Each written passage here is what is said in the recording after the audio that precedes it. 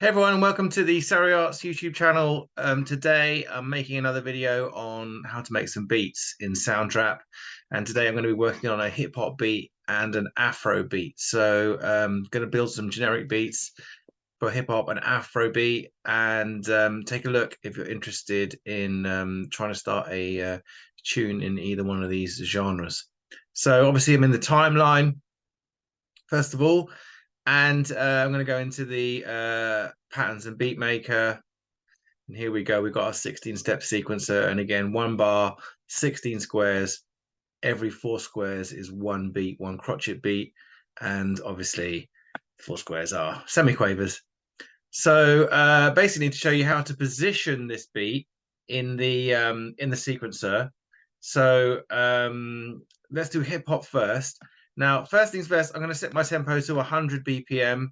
I find hip hop can vary anywhere between as low as 85 up to 110, 112. Really depends on the type of track. If it's a more upbeat vibe, more party vibe, can be well north of 100 beats per minute, and obviously a down tempo or slower kind of track will be roughly anywhere between 85 and 95 beats per minute. Okay, so we'll set it to 100. Somewhere in the middle of what I just said. Okay, now, first of all, kicks are positioned, and again, this is a generic beat, so this is a starting point.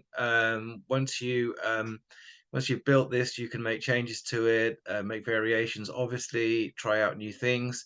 But it's a really good starting point. So first of all, we're going to put the kicks. I'm going to put the kicks in the first square on the 1, and there. And then the snares are going to go on the 2 and 4. And then hats, I'm going to have the third semiquaver of each beat.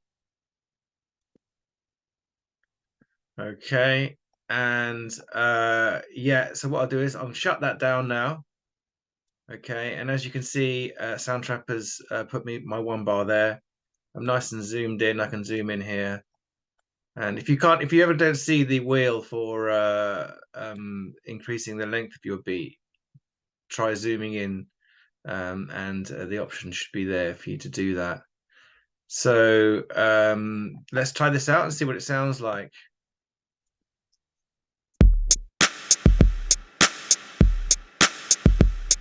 Yep, happy with that. That sounded good.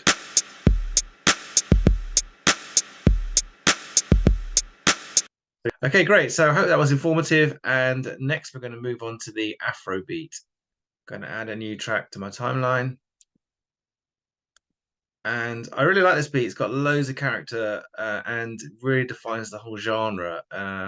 So with Afrobeat, you got the kicks on the 1 and 3, and we've got snares in the 4th semiquaver of the first beat and the 4th semiquaver of the third beat. Along with the hats, I'm putting those in there as well.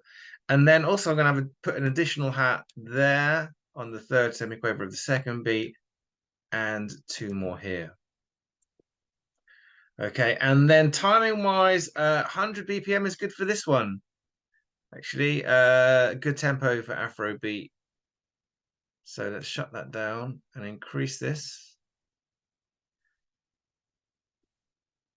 And enter takes cursor back to the beginning, and let's have a listen.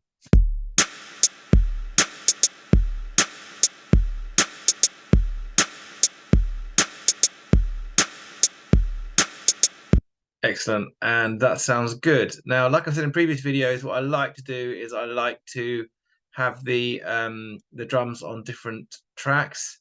So I duplicate the track, and then I can go in and delete parts as I want to. And also, what's a good thing to do, I think, with this is if you want to demonstrate this beat, what you can do is then go into the loop section and start adding in some other parts to see what you think goes with it. So what I will do is often I'll put the cycle loop on, the cursor back to the beginning of the beat, obviously, and then excuse me, go into some synths, or some strings even, maybe. I wouldn't mind some strings.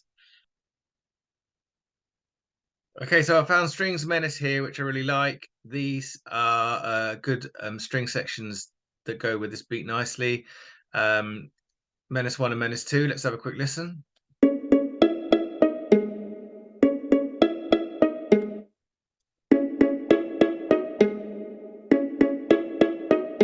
Actually, I might use both of those, but let's just put one in to start with. So first of all, test it with the beat.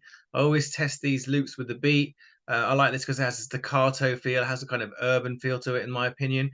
It goes really well with the beat. So let's try it out.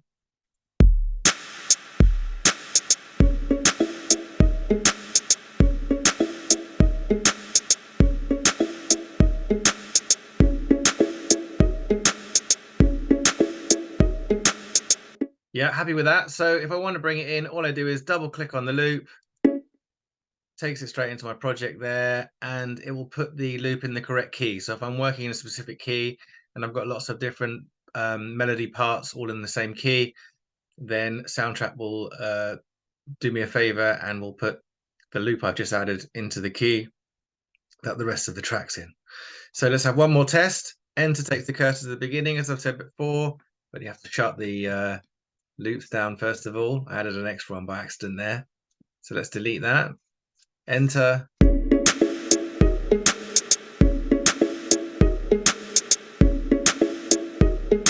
And that's good. I'm happy with that. It's a great start to my project, and I can continue working and building a tune from there.